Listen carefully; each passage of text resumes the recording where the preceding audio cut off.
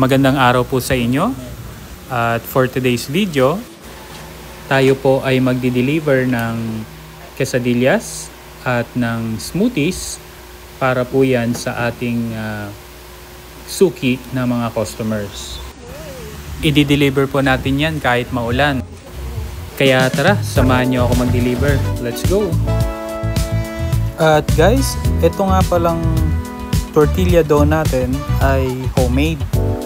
So para na rin po magawa po namin yung aming desired na sukat at laki para po mas malaki po ang aming magagawa pa. Marami po yung nilalagay naming cheese. Nang sa gayon ay mas masarap po siya. Then ayan, nilagay na po natin sa pan. At tapos na rin po yung isa. Ang bilis, di ba? So iinitin po natin siya, ito-toast natin ng konti para po siya ay crispy pag kinagat. Na-flip na po natin. Then pag okay na po yung magkabilaan, hahatiin na po natin sa 4. Mainit nga lang po yan siya. So medyo tiis-tiis lamang po tayo pag ating hinahati na ang quesadillas. Ibalot na po natin sa foil.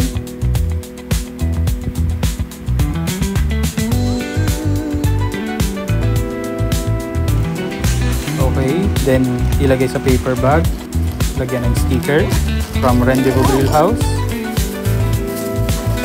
At meron din po siyang in-order na frap. At syempre hindi po natin kakalimutan ng pinakamasarap na sauce ng ating quesadillas. So tapos na po ang ating dalawang order.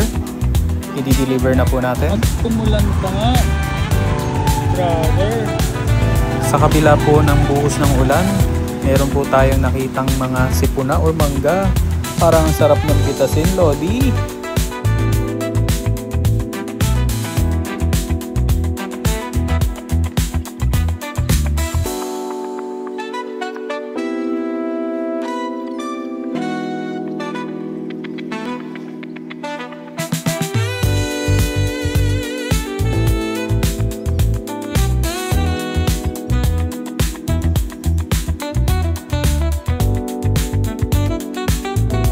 At dito na nga po tayo sa ating first destination. Salamat po sa inyong order, madam. Enjoy your snack. At ito guys, pupunta na po tayo sa pangalawang destination natin.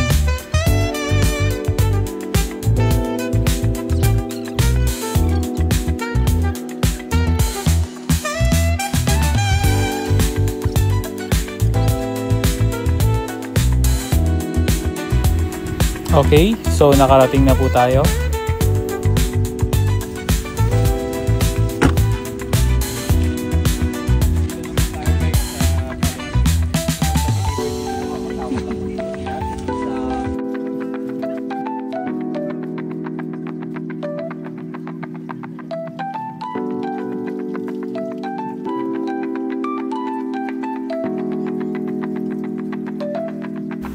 Mukhang masayahin po ang mga nagtatrabaho dito at ini-enjoy lamang po nila yung kanilang ginagawa.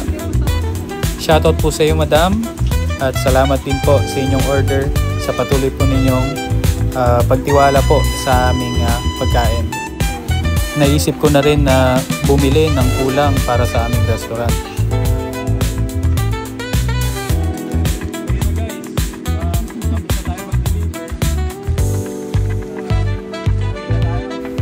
Uwi na raw kami, sabi ni boss.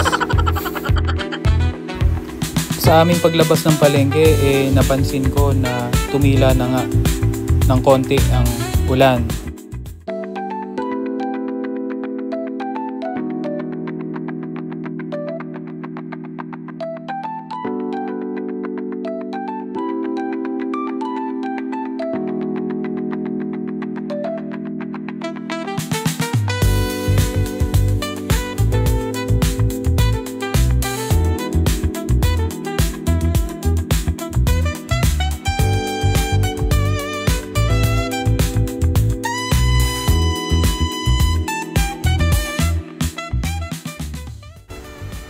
At nakabalik na nga po tayo sa ating restaurant.